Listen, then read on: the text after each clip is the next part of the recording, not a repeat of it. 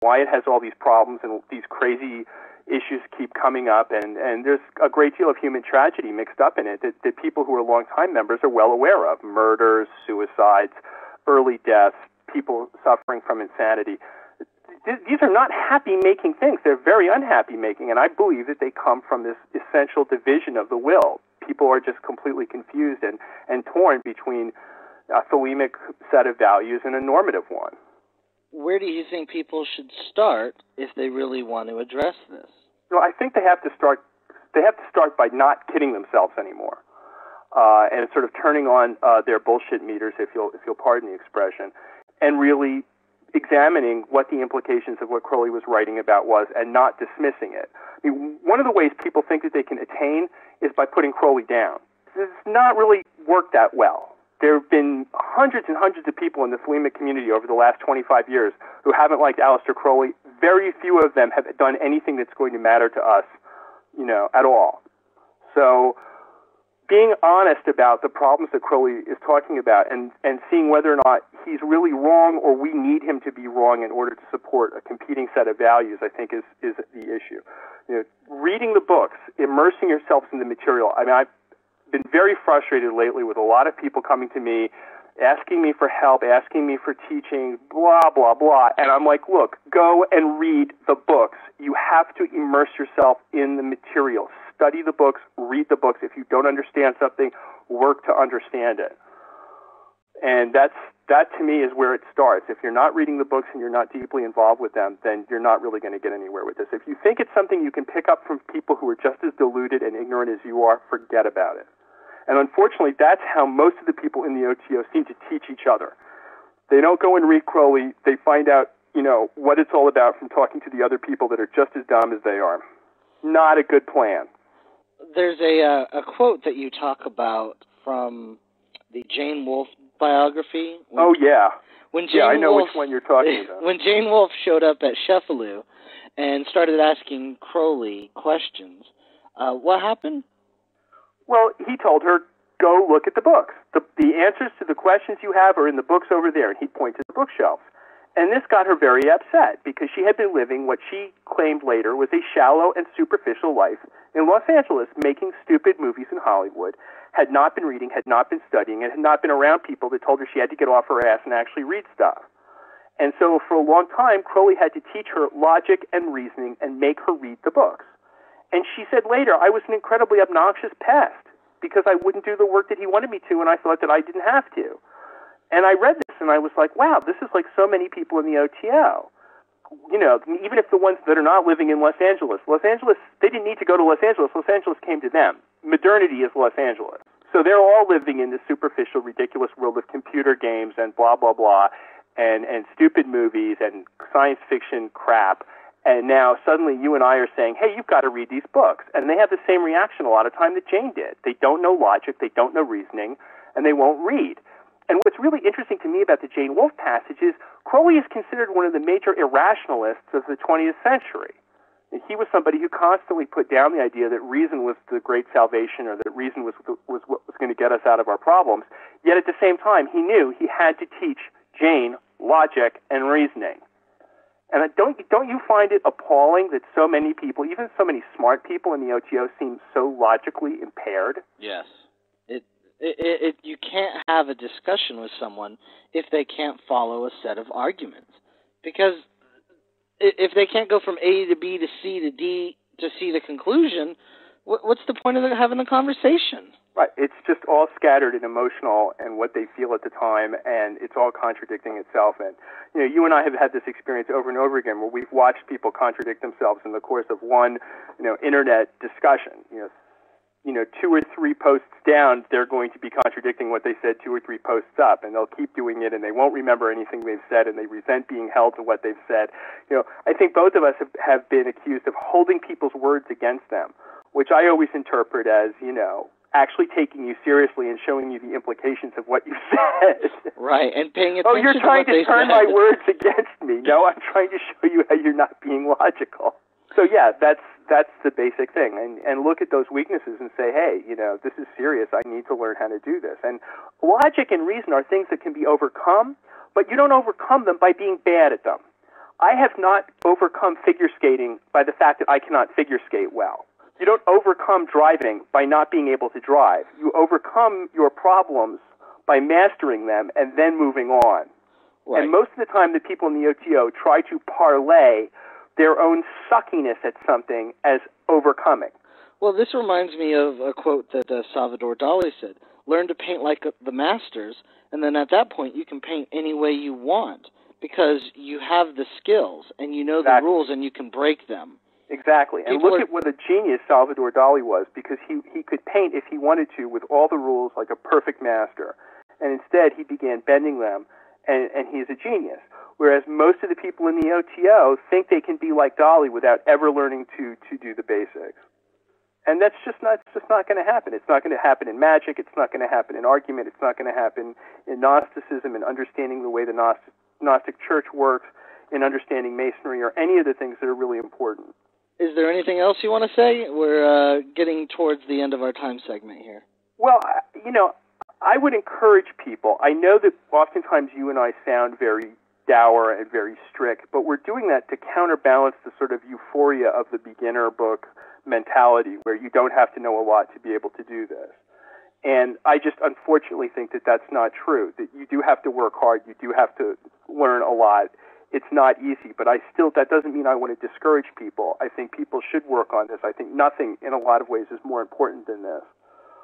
I don't think people should kid themselves or lie to themselves about the costs and the sacrifices and what it's really going to take. Well, thanks again for being on the show. 93. Thanks for having me, 93, John. Thanks again to Keith 418 for being on this show and talking about these important subjects. I don't know of really anybody else who's kind of addressing these aspects of the magical practice, so I hope the listeners really enjoy this. Now we're going to move into an interview with Sam Webster. He's the founder and operator of the open source Golden Dawn.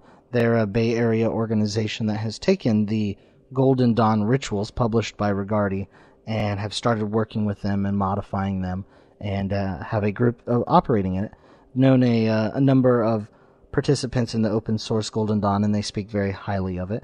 So, and based on the recommendation of 2 listeners, I contacted Sam Webster and asked him to be on the show. So here's the interview.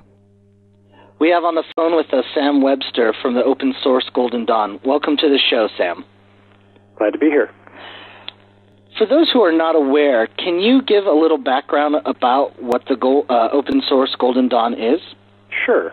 The open source Golden Dawn is an approach to the classical Golden Dawn material, mostly through the Stella Matutina versions of the ritual that we get from Israel Rigardi, updated a little bit through the material that Pat Zalewski now makes available to us. But since the stuff was published before I was born, we've taken an attitude that makes secrecy with regards to the content of our rituals and such not relevant. We don't publish our membership, but in general we make our versions of the rituals available and make ourselves publicly visible. Another piece to it, which is part of the open source-ishness of it, is that we recognize that these rituals are editable. If someone actually understands the basis for those rituals, why they are the way they are, how they work, and so forth, well, there's some problems with the older forms that either conflict with current culture, or sometimes it's just a language issue. They'll use the term peculiar where we would use the word particular, and it just sounds wrong nowadays. So minor things like that, more major things like we try to minimize the top-down hierarchical quality that was very present, left over from Masonry, not inappropriate there, but we didn't find it helpful. And more importantly, we wanted to integrate Thelema more extensively into it. And Yahweh is not exactly a friend of ours. We're pagans mostly, so we needed to be able to move Yahweh out of the stream and return the Golden Dawn to its more fundamentally pagan foundation. Okay. Because the Golden Dawn had the Masonic hierarchical structure, and you guys, within the open source Golden Dawn, you've kind of changed that a little. Can you describe how the organization is administered and how the initiation processes work? Sure. I'm also a Master Mason, So I've become kind of familiar with, and I deeply respect and enjoy the process within the Masonic Lodge, which is very much on the basis of the command of the Worshipful Master and the relay of commands down the chain of command to perform the activities of the hall. However, many years ago, when I was first looking at these rituals with the thought of redacting them, there was problems with the kind of hierarchical structure in the sense of the command structure. Frater Carrick, you have my command to declare that the hall has been opened. Little things like that. What I found amongst pagans and amongst many of my colleagues in general was that always grated on us. We were there because we wished to be. We were there in a cooperative attitude. And while, frankly, my experience of Masonry has sort of backed me away from this, it nonetheless turned out to be a very useful approach driving forward to remove those things. So we use things like please, and would you, and so forth, and will you, which constantly gives the officer who's hearing this the opportunity to say, I will, and refocus around the aspects of will that are being articulated in the drama that is the ritual. Okay. What about the organization? Is it still in a hierarchical structure, or is it more... To some extent. Okay. We're only 5 years old now, I think. Yeah, it's about 5. Yep, 2001 is when we got started. And so it was necessary from the beginning to depend this on myself, which wasn't something I was very comfortable with, but I saw no way of accomplishing it. Most of the groups that I've either been in or formed were consensus-based or very non-hierarchical. Maybe someone would sponsor things, but there was a very pure kind of relationship. In this case, however, the group of people who assembled to found this order wanted to go forward but didn't have the experience with which to provide guidance. Well, I had to take on that hierarchical role. But the proviso was, when we came up with 7 full adepts in this, we would then move to a democratic framework where the College of Adepti would elect a president who would then run the organization. Having been trained as a minister and having served in a variety of other different leadership positions, I take an attitude that if I tell somebody to do something that they don't want to do, I'm no longer a leader. And so we have worked to build into our system the checks and balances, the flows of information up and down the chain that keeps things as much on the level as we possibly can. And as we transmute the organization from a slightly hierarchical one over the next several years to a fully democratic one, even that will be minimized further. However, in ritual, you still need a captain. You need somebody to say, we're starting now, very much like a conductor of an orchestra, and somebody to call the beats, as it were. So there's an instrumental quality that needs to remain in ritual, but at the organizational level, there needs to be a clear sense that we're a bunch of adults in America working together to further ourselves on a spiritual path. And with that, the hierarchy actually gets in the way. Okay. How is advancement determined within the organization? Very simply and along traditional lines. There is, for every grade, there is a batch of material that was published in the original Golden Dawn books as knowledge lectures. Mm-hmm. We have taken those knowledge lectures, they're up on our website, and from them we've derived a very simple test. There's the PDF file for the test is right there on the site. And what people tend to do, particularly if they're not already richly familiar with the material, but also as a pretest, they download the thing, they pretest themselves until they're ready, and then they take the test in the presence of a proctor who assures us that the person taking the test has not had recourse to materials, because it has to be done from memory. Okay.